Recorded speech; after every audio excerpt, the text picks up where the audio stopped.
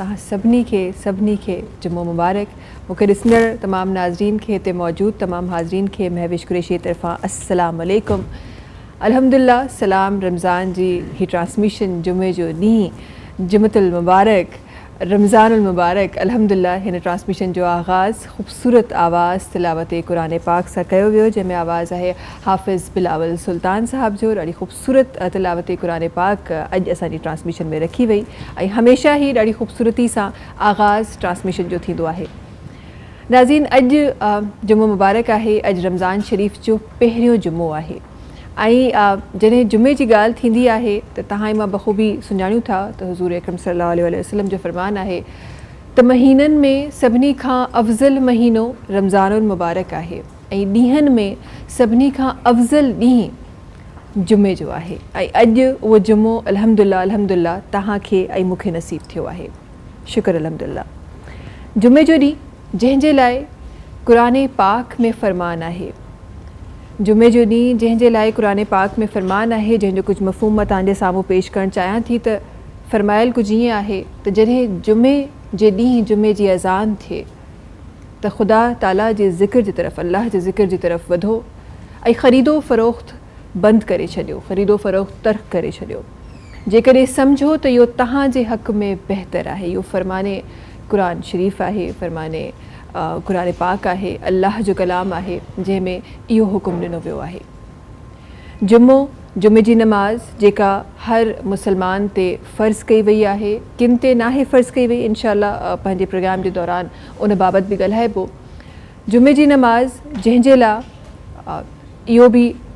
फ़रमान आहे, इहो बि ॿुधायो वियो आहे त जॾहिं जुमे जी नमाज़ थींदी आहे, जॾहिं जुमे जी अज़ान थींदी आहे त फ़रिश्ता हर मस्जिद जे दरवाज़े ते बीठा हूंदा आहिनि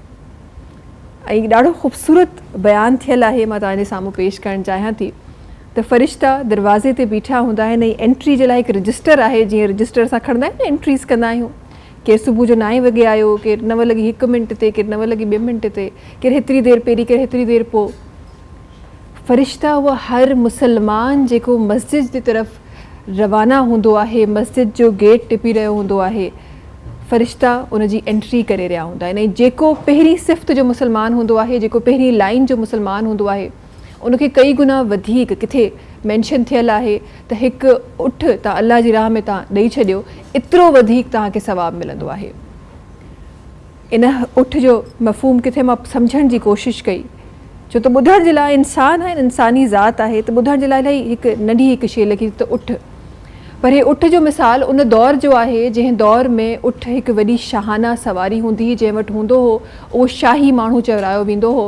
हिन वक़्त जी सभिनी खां महांगी तरीन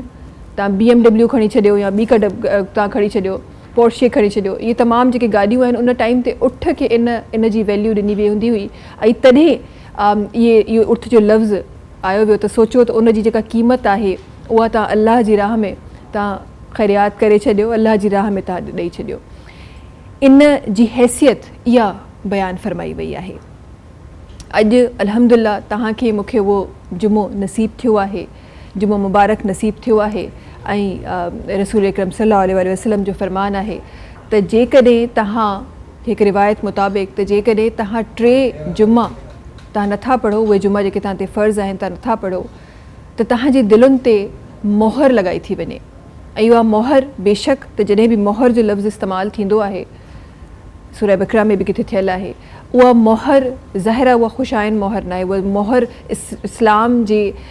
खां परे करण जी या इस्लाम खे उते तव्हांजे दिलि खे महदूद करण जी हिकु मोहर आहे जेका तव्हां ते लॻाई थी वञे। सब्सक्राइब कयो असांजो official YouTube channel Sindh TV HD Islamic ऐं वधीक अपडेट लाइ बेल आइकन खे क्लिक करियो।